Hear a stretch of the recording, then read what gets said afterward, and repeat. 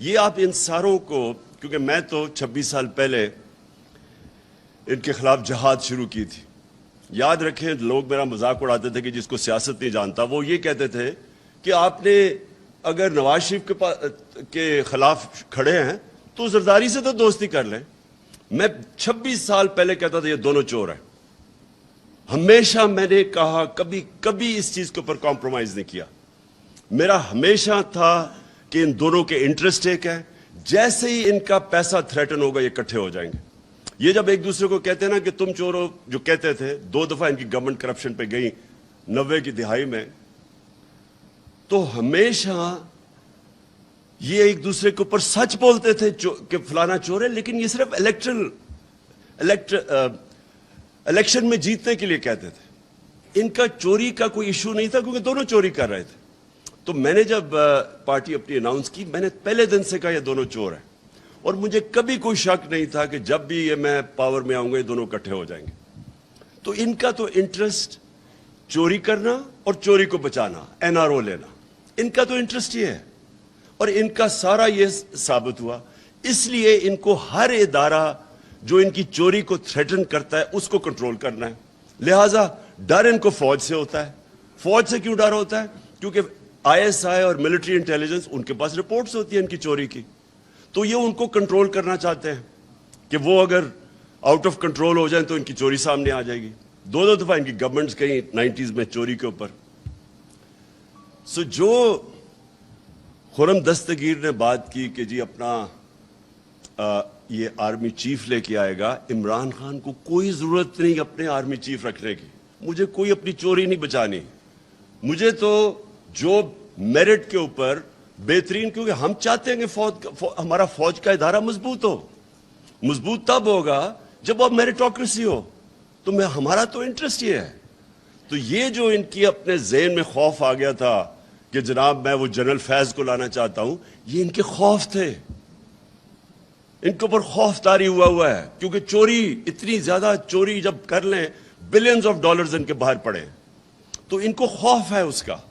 اس خوف کی وجہ سے یہ پینک کر رہے تھے کہ اوہو, یہ اگر وہ نومبر کے اندر اپنا آرمی چیف رکھ لیا تو یہ ملک کو تباہ ہو جائے گا, یعنی ان کی فیوچر تباہ ہو جائے گی. لیکن میں جو مین تھی میں اب اس کے اوپر آنا چاہتا ہوں. دیکھیں, پہلے تو یہ سمجھ لیں کہ امریکہ جب رجیم چینج کرتا ہے تو کیا امریکہ رجیم چینج کرتا ہے دوسرے ملکوں کی بہتری کے لیے؟ اوپر سے تو وہ کہتے ہیں کہ ڈیموکریسی اور ڈیموکریسی, ہم دنیا میں ڈیموکریسی لانا چاہتے ہیں, فری ورلڈ, یہ تو سارا ریٹرک ہے. لیکن رجیم چینج جب بھی ہوتا ہے وہ لوگوں کو, ملکوں کو استعمال کرتے ہیں اپنے انٹرسٹ, اپنے فورن پالیسی کو آگے بڑھانے کے لیے. تو جو رجیم چینج ہوتا ہے, پہلے تو یہ کلیئر ہو جائے, وہ امریکہ اپنے انٹرسٹ کے لیے کرتا ہے, وہ ہمارے انٹرسٹ کے لیے نہیں کرتا. اب کیا ہمارے انٹرسٹ میں ہے کہ ہم بیسز دیں امریکہ کو؟ کیا یہ ہمارے انٹرسٹ میں ہے؟ کیا ہمیں پتہ نہیں چلا کہ ابھی یہ جو وار آن ٹیرر ہوئی تھی, اس میں جو ہماری تباہی ہوئی, یہ اسلام آباد ایک فورٹرس بنا ہوا تھا, خود کش حملے ہو رہے تھے, کرکٹ ٹیم یہاں ٹور نہیں کرتی تھی, انویسٹر تو بڑی دور کی بات ہے. کیا یہاں میریٹ کے اندر جو بم بلاسٹ ہوا, تو ہمیں سب کو پتہ ہے کہ ہم استعمال ہوئے تھے اس میں. ہمیں ہمارے سربراہ کو دھمکی دی گئی تھی تب بھی کہ we will bomb you into stone age اگر آپ ہماری جنگ میں نہیں شامل ہوں گے. اور ہم شامل ہوئے, جھوٹ بولا ہمارے سے. مجھے یاد ہے میں وہ میٹنگز میں تھا کہ نہیں جی ہم تو ان کو صرف لاجسٹیکل سپورٹ دے رہے ہیں. ادھر سے شروع ہوا. میرے اسمبلی میں تقریر ہے جب انہوں نے فوجیں بھیجنی شروع کی اپنی وزیرستان میں نے ان کو سمجھایا. کیونکہ اگر آپ نے تاریخ پڑھی ہو, سارے اس علاقے کی تاریخ پڑھی ہو, اتنی اسٹوپڈیٹی کبھی بھی کسی ہمیں نہیں کرنی چاہیے تھی. مجھے ابھی بھی یاد ہے میں نے سپیچ کی, میں وہ علاقوں کو کیوں بہتر جانتا تھا. میں نے ایک ٹریول بک لکھی تھی سارے قبائلی علاقے میں پھر کے. اس ٹریول بک میں جب آپ نے تاریخ پڑھی ہو تو آپ کو پتا ہونا چاہیے, آپ کو یا پتا یا نہیں, کہ جو سب سے زیادہ انگریز فوجی مرا تھا وہ وزیرستان میں مرا تھا, یہ قبائلی علاقے میں مرا تھا. 80 سال کے اندر سب سے زیادہ ان کی کیجولٹیز ادھر ہوئی تھی, اور 1947 تک وہ ان کی کیجولٹیز ہوتی رہی تھی. باقی ہندوستان میں امن تھا 1857 کے بعد، لیکن قبائلی علاقے میں کانسٹنٹلی کہیں نہ کہیں لڑائی ہو رہی تھی۔ 1935 میں آدھی برٹش انڈین آرمی اس کے باہر تھی، وزیرستان کے باہر۔ ہمیں جس طرح پورا امن تھا، ہمارا ایک فوجی نہیں تھا، ایک چوکی نہیں تھی پولیس کی، وہاں ٹوٹل جدھر ہمیں نہ ہمارا کوئی خرچہ تھا نہ کچھ تھا، وہ ہماری فوج تھی۔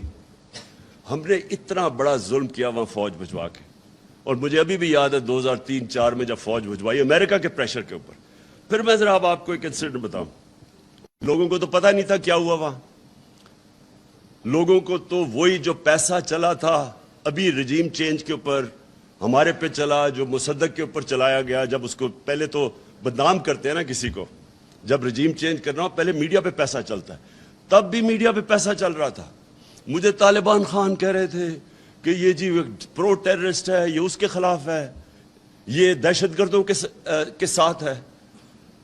مجھے تب یاد ہے کہ اتنی بڑی کیمپین چلی کہ جی جو بھی کہے کہ یہ جی اس جنگ میں نہ شرکت کرو، یہ ہماری جنگ نہیں ہے، جو بھی کہے اس کے پیچھے پورا میڈیا ٹیگ آ جائے، اور لوگوں کو پتہ ہی نہیں تھا قبائلی علاقے کا۔ میں تو جانتا تھا۔ تو مجھے یاد ہے میں ملا جنرل اورکزئی کو، یہ بڑا امپورٹنٹ ہے آپ کے لیے سمجھنا کہ اس ملک سے ہوا کیا تھا۔ جنرل اورکزئی اس وقت کمانڈر تھے ساری جو ہماری آرمی تھی قبائلی علاقے میں۔ تو وہ کہتے کہ ہم نے ایک اکارڈ سائن کیا 2006 میں کے قریب، ایک وزیرستان اکارڈ کیا۔ تو کہتا ہے امریکنز کا ایک بڑا ہائی لیول ڈیلیگیشن آیا ہمارے ساتھ پوچھنے، ہمارے سے بات چیت کرنے کے لیے، ریگولر ملاقات ہوتی تھی، ہم ان کے ایلائے تھے۔ وہ اور بات ہے کہ ہم ان کے ایلائے تھے، وہ ہمارے اوپر ہی بمباری کر رہے تھے۔ تو وہ جب بات کر رہے تو یہ ایکسپلین کر رہے تھے ان کو کہ ہم نے کیوں ان سے یہ پیس اکارڈ کیا ہے۔ انہوں نے بتایا کہ ہماری کیجولٹیز بہت زیادہ ہو رہی تھیں، ہم پاکستان کی فوج کی کیجولٹیز ہو رہی تھیں۔ تو وہ ایک کہتا ان کا جو ایک سینئر آدمی وہ چپ کر کے سنتا رہا۔ جب ہم نے اس کو ایکسپلین کر دیا کہ جی ہمارے یہ مسئلے تھے اس لیے ہم نے وزیرستان اکارڈ سائن کیا ہے، تو وہ کہتا وہ سینئر جو ان کا آفیشل تھا وہ کہتا یہ ذرا سنیں، we are paying you to fight not to have peace accords. حکم دیا اور انہوں نے اکارڈ توڑوایا، ڈرون اٹیک کر کے توڑوایا اکارڈ۔ تو ہم مر رہے تھے یہاں، ہم یعنی کوئی پاکستانی ادھر بھی مر رہا ہے ادھر بھی مر رہا ہے، ہمارے اوپر ڈرون اٹیکس ہو رہے تھے۔ مجھے آج بتائیں کہ ایک جگہ کبھی کسی نے اپریشیٹ کیا ہے کہ جس ملک نے ان کے ساتھ وار آن ٹیرر کے اندر سب سے زیادہ قربانیاں دی، ایک جگہ اپریسیشن ہوئی ہے؟ وہ اس لیے نہیں ہوئی کہ ہم نے اپنے آپ کو استعمال ہونے دیا۔ تو میں جب یہ کہہ رہا تھا کہ یہ بیسز کے اوپر ایبسلیوٹلی ناٹ، وہ اس لیے کہ میرے ملک کا انٹرسٹ ہے، ہم کیوں کسی کی جنگ میں شامل ہوں؟ ہم اگر افغانستان کے اندر اب طالبان کی گورنمنٹ ہے، ہمیں کیا ضرورت ہے کہ ان کو یہاں سے کوئی ادھر اٹیک جائے یا وہ کچھ کرے، اور ہمیں کیا ضرورت پڑی ہوئی ہے کہ ہم ویسی کمبیٹنٹ بن جائیں؟ آپ جتنے مرضی کہیں کہ نہیں جی ہم صفائیاں پیش کریں، لیکن جیسے ہی آپ کی زمین استعمال ہوگی آپ آٹومیٹکلی ان کے ساتھ ان کے شامل ہو جائیں گے ان کی جنگ میں۔ اس لیے یہ ہمارا انٹرسٹ ہے۔ دیکھیں میں کبھی اپنے آپ کو اینٹی امریکن نہیں سمجھتا، ہماری بڑی زبردست پاکستانی امریکن کمیونٹی ہے جو سب سے امیر پاکستانی ڈائسپرا ہے، ہمیں تو کبھی ان سے تعلقات خراب نہیں کرنے چاہیے۔ ہمارے جو امریکہ سپر پاور، ایکسپورٹس ہماری سب سے زیادہ امریکہ ہے، ہمیں کسی صورت تعلقات نہیں خراب کرنے چاہیے، لیکن کیا ہمیں اپنے آپ کو اس طرح ٹیشو پیپر کی طرح استعمال ہونا چاہیے؟ اب ان کا ایجنڈا کیا ہے؟ ان کا ایجنڈا بڑا سیدھا ہے، اسرائیل کو ریکگنائز کرو، ہندوستان کو ایکسیپٹ کرو کہ یہاں لوکل تھانے دار ہے ہمارا، ان کو اپنی کشمیر کو بھول جاؤ، کیونکہ وہ چاہتے ہیں کہ ہندوستان تکڑا ہو اور تاکہ وہ چائنا کو فیس کرے، تو ہمیں وہ چاہتے ہیں کہ ہم بڑے آرام سے جو ہندوستان کا ہے اس کو سلوٹ کرو۔ اب کوشچن یہ ہے کہ کیا یہ پاکستان کا انٹرسٹ ہے؟ جس وقت آپ اسرائیل کو ریکگنائز کرتے ہیں، آپ یاد رکھیں کہ آپ کا جو جتنا کشمیر کا موقف ہے اسی دن زیرو ہو جاتا ہے۔ جب آپ اس کو ریکگنائز اگر آپ ایکسیپٹ کر جاتے ہیں کہ پیلسٹینین جب ریکگنائز کرتے ہیں تو آپ ایکسیپٹ کر جاتے ہیں کہ پیلسٹینین کا کوئی رائٹ نہیں رہا، اس کا مطلب کشمیریوں کا بھی کوئی رائٹ نہیں رہا. تو آپ وہ کشمیریوں کی جو 1 لاکھ سے اوپر انہوں نے قربانیاں دی ہیں پچھلے 30 سال سے، اس ساروں کے اوپر ان کی قبر کھود دیتے ہیں. جو کشمیری آج دیکھ رہے ہیں کہ واحد پاکستان کھڑا ہے ان کے ساتھ جو بولتا ہے، جس وقت ان کو یہ پتا چلا کہ پاکستان نے ریکگنائز کر دیا اور انڈیا سے تعلقات ٹھیک کر دیے، کشمیر ایشو ختم ہو گیا. اور وہ ختم ہو گیا تھا پہلی دفعہ جب یہ اٹھا ہے یو این سیکیورٹی کاؤنسل میں، انٹرنیشنل فورمز، وہ ہمارے دور میں اٹھا ہے. اس سے پہلے تو یہ نہیں لیتا تھا. نواز شریف جب ہندوستان گیا، اس نے تو حریت کانفرنس کے ممبرز کو ہی نہیں ملا یہ کہ نریندر مودی نہ ناراض ہو جائے. ہم انڈیا کے خلاف، ہم چاہتے ہیں کہ انڈیا سے اچھے تعلقات ہو، کوشش بھی کی، لیکن آپ کدھر لائن ڈرا کریں گے کہ کدھر ایک ملک کا نظریہ آئے گا، کدھر آپ کا موقف آئے گا کہ جس کے اوپر آپ ایک پاکستان بڑے خواب کا نام تھا. تو جب آپ کے کچھ اصول ہی ختم ہو گئے کہ اچھا یہ جو حسین حقانی اور یہ نجم سیٹھی ٹائپس ہیں، یہ کیا چاہتے ہیں؟ یہ چاہتے ہیں آرام سے غلامی کرو، امریکہ کی جو وہ کہتا ہے مانو، تو وہ تھوڑے سے ڈالرز بھیج دیں گے. میرا اگلا کوشچن یہ کہ کیا اس سے پاکستان پیر پہ کھڑا ہو جائے گا؟ کیا اور تھوڑے اور ڈالر مل جائیں گے؟ کیا یہ ملک سروائیو کر جائے گا؟ کیا یہ ملک اپنی سارے پرنسپل سٹینڈز ختم کر کے، اپنا نظریہ ختم کر کے، کیا یہ کوئی مجھے گارنٹی کر سکتا ہے کہ یہ ملک ترقی کر جائے گا؟ کیا یہ نہیں ہم کرتے آئے آج تک؟ سوائے وہ ذوالفقار علی بھٹو کے چند سالوں کے نکال دیں تو آج تک تو ہم غلامی کرتے آئے ہیں. جو وہاں سے حکم آتا تھا ہم مان جاتے تھے. اپنے ملک کے قانون توڑ کے، اپنی آئین کی خلاف ورزی کر کے ہم ان کو سروس کرتے رہے. یہاں سے وار آن ٹیرر میں FBI یہاں پاکستانیوں کو اٹھا کے گوانٹانو میں لے جاتی تھی، کوئی پوچھنے والا نہیں تھا کسی کو، جو وہ چاہتے تھے. ریمنڈ ڈیوس کو انہوں نے دن دہاڑے، اس نے 2 لوگوں کو قتل کیا، 1 کو مارا، بیوی نے اس کی خودکشی کی. سارے پاکستانیوں کے سامنے اس کو اٹھا کے واپس کر دیا، اور ہمیں اس نے کہا کہ نہیں جی اس کو وہاں سزا ہوگی. کوئی اس کو سزا نہیں ہوئی. کوئی پاکستان کی، کوئی ہمارے قوانین، ہمارے لوگوں کے رائٹس، وہ جو 4 لوگ مرے تھے، کسی کو اس کی فکر نہیں تھی. اور کتنے اور کیسز ہیں. رمزی یوسف کا کیس ہے، ایمل کانسی کا کیس ہے. اپنے قوانین توڑ کے ہم نے امریکنوں کی خدمت کی ہے. کیا ہمیں کوئی فائدہ ہوا؟ کیا پاکستان اپنے پیر پہ کھڑا ہوا؟ کیا ہماری کوئی اکانومی اوپر گئی؟ کیا وار آن ٹیرر میں 80,000 لوگ مروا کے کیا انہوں نے کوئی اپریشیٹ کیا؟ کوئی بہت بڑی ایڈ دے دی؟ وہ $20 ارب ٹوٹل ایڈ دی انہوں نے، یا $150 ارب کا ملک کو نقصان ہو گیا. ہماری وہ حال تھا ایک وقت پہ کہ یہ ہیڈ لائنز تھی میرے خیال میں نیوز ویک یا ٹائمز ہے، the most dangerous place in the world. کس نے آگے انویسٹ کرنا ہے موسٹ ڈینجرس پلیس میں؟ ساری دنیا میں ہمارا نام لگے گا سب سے بڑے دنیا کے دہشت گرد پاکستان میں. تو ہمیں بجائے فائدہ ہونے کے نقصان ہی نقصان ہوتا رہا. تو اس لیے اگر ہم یہ کہہ رہے ہیں کہ ہم اب آپ کی جنگ میں شامل نہیں ہوں گے، ہم امن میں آپ کے ساتھ ہوں گے، تو یہ اینٹی امریکنزم نہیں ہے، یہ اپنے لوگوں کے انٹرسٹ پروٹیکٹ کرنے کے لیے. ہم جب کہتے ہیں ہم اسرائیل کو تب تک ریکگنائز نہیں کریں گے جب تک وہ فلسطینیوں کو ان کا جو حق ہے وہ نہیں دیتے. یہ قائد اعظم کا وعدہ تھا. یہ قائد اعظم نے تب 1948 میں یہ کہا تھا کہ ہم کشمیریوں کے ساتھ کھڑے ہوں گے. ہم جب ہندوستان کو اگر ہم ایکسیپٹ کر جاتے ہیں کہ وہ جو کر رہے ہیں کشمیریوں سے وہ ٹھیک ہے، تو آپ یاد رکھیں کہ جو بیسک فلسفی ہے پاکستان کی، یہ ملک ایک بڑا خواب تھا. یہ جو ہندوستان کے مسلمانوں نے پاکستان کے لیے ووٹ دیا تھا، ان کو پتا تھا کہ انہوں نے یہاں نہیں آنا. یہ ایک بڑی عظیم خواب کا نام تھا پاکستان. ہم وہ سارا نظریہ دفن کر رہے ہیں صرف اس لیے کہ جی امریکہ ناراض نہ ہو.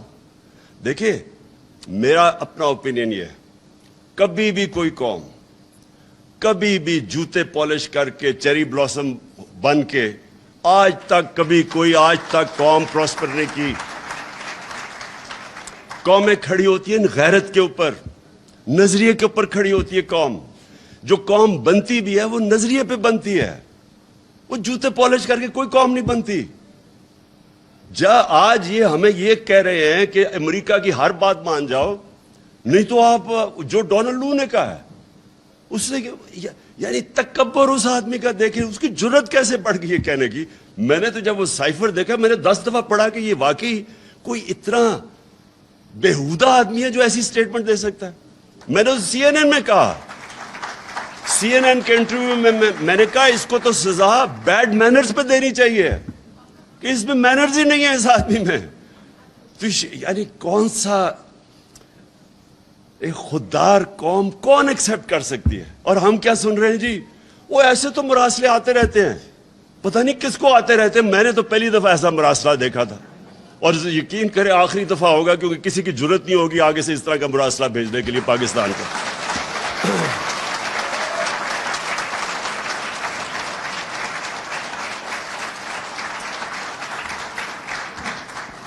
دیکھیں جی, ایک بس اب سنیں ذرا میری بات. دیکھیں یہ بڑا امپورٹنٹ ہے. اب ہم کھڑے کدھر ہیں؟ ہم ادھر ہیں. میں سمجھتا ہوں کہ یہ پاکستان کے لیے ایک وہ فیصلہ کن موڑ پہ آ گیا پاکستان, جدھر سارے لوگوں کو فیصلہ کرنا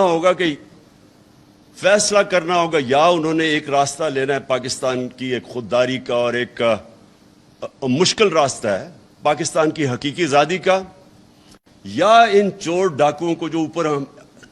اور میں دوسری چیز, یعنی میرے سب سے زیادہ مجھے توہین کدھر ہوئی ہے. مراسلے کی تو مجھے تکلیف ہوئی, لیکن جب میں نے یہ چور ڈاکوؤں کو دیکھا کہ ہمارے اوپر مسلط کر دیا ہے, مجھے اس سب سے زیادہ تکلیف اس پہ ہوئی کہ وہ کتنی حقارت سے ہمیں دیکھتے ہیں, کہ ان کو شرم بھی نہیں آتی کہ اس طرح کے لوگوں کو ہمارے اوپر بٹھا دیا. اپنے ملک کے اندر دیکھیں, میں مغربی سویلائزیشن کو سب سے بہتر جانتا ہوں. اپنے ملک کے اندر میں آپ کو لکھ کے دیتا ہوں کہ بیل کے اوپر کوئی ہو, ضمانت پہ کوئی ہو, اس کو کوئی نوکری لے کے دکھا دے. یہ ناممکن ہے کہ 60% کیبنٹ بیل کے اوپر ہو, اربوں روپے کے کرپشن کے کیسز ہوں, اور آپ ان کو ایک ملک کے اوپر بٹھا دیں. یعنی اس سے زیادہ ہماری توہین کیا ہوگی؟ یعنی یہ صرف یہی نہیں ہے کہ انہوں نے چوروں کو اوپر بٹھا دیا جو 30 سال سے چوری کر رہے تھے. اس سے زیادہ بڑی چیز ہے کہ انہوں نے ہمارے ملک کی اخلاقیات کو کتنا نیچا دیکھا ہوگا. یعنی وہ کیا سمجھتے ہوں گے کہ ہم کتنے گرے ہوئے لوگ ہیں کہ ہم چپ کر کے ان چوروں کو قبول کر لیں گے. اس سے زیادہ شرمناک چیز, دیکھیں میں نے دنیا دیکھی ہے, میں اس لیے کہہ رہا ہوں, میں نے دنیا کے اندر کسی خوددار ملک کے اندر اس طرح کی چیز کو تصور بھی نہیں کر سکتا. میں جب یہ دیکھ رہا تھا, جب مجھے یہ پتا چلا اس سازش کا, اور سازش کا مجھے سال پہلے اندازہ ہو گیا تھا کہ گیم شروع ہوئی ہے, تو میں جب بھی میں سوچتا تھا نا, تو میں ہمیشہ سوچتا تھا کہ یہ سازش کیسے ہوگی. کیا شہباز شریف کو ملک کا کوئی پرائم منسٹر بنا دے گا؟ لوگ کہتے ہیں کہ دیکھیں یہ عمران صاحب آپ نے کیا کچھ نہیں, جب آپ کو پتا تھا سازش ہو رہی ہے کیوں نہیں کچھ کیا. میں یقین کرو, میں آنیسٹلی آپ کو ایک بات آج بتا رہا ہوں, میں تصور بھی نہیں کر سکتا کہ کوئی شہباز شریف کو ملک کا پرائم منسٹر بنا دے گا. میں نے ایک دن میں نے نیوٹرل سے بات کی,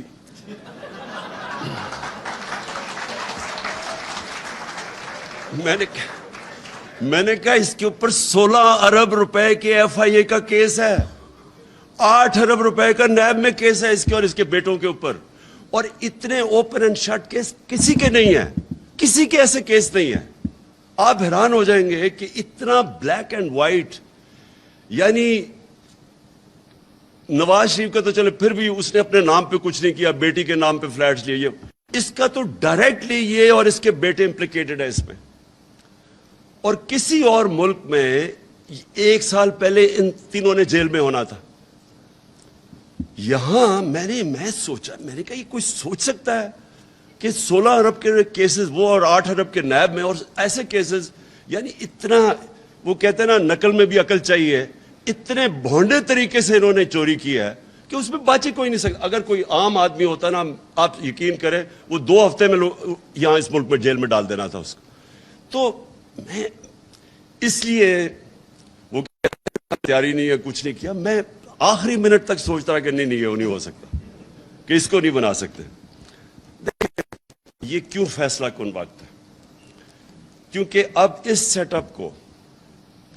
سیٹ اپ کو ملک کے اوپر مسلط کرنے کے لیے سارا ملک کے اداروں کو تباہ کرنا پڑے گا. اگر یہ جو سیٹ اپ ہے اس کو لوگوں کو ہضم کروانے کے لیے جو قدم اٹھائے جا رہے ہیں, یہ اصل میں پاکستان کی ڈسٹرکشن ہے. کیسے؟ نمبر 1, پارلیمنٹ تو ہوگی تباہ. یہ اگر راجہ ریاض پارلیمنٹ کے اندر اپوزیشن لیڈر ہے, آپ سمجھ جائیں کہ اس پارلیمنٹ کی کیا اہمیت رہ گئی.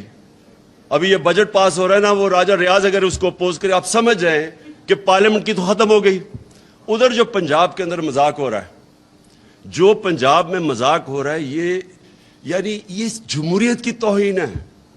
یہ ہماری عدلیہ کے لیے بہت بڑا چیلنج ہے کہ جس طرح کی چیزیں کی جا رہی ہیں, وہ مجرم نمبر 2 اس کو مسلط کرنے پہ پنجاب میں آپ یقین کریں کہ جمہوریت کی پارلیمنٹ کی دھجیاں اڑائی جا رہی ہیں. ایک وہ اوان اقبال کے اندر پارلیمنٹ چل رہی ہے, تو دوسری چل رہی ہے پارلیمنٹ ہاؤس میں. مذاق ہو رہا ہے.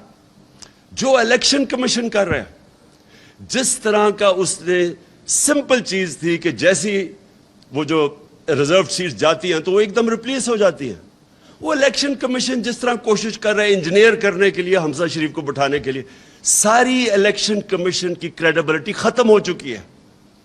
آج کوئی کسی میں یہ نہ کہے کہ ختم ہو جائے گی, اس کی کریڈیبلٹی ختم ہو چکی ہے. ہمیں پتہ ہے وہ جا کے بیٹھتا ہے وہ شہزادہ اور شہزادی لاہور میں, اور ان کے ایم این ایز آتے ہیں بیٹھ کے, وہ ساری انجینئرنگ کر رہے ہیں.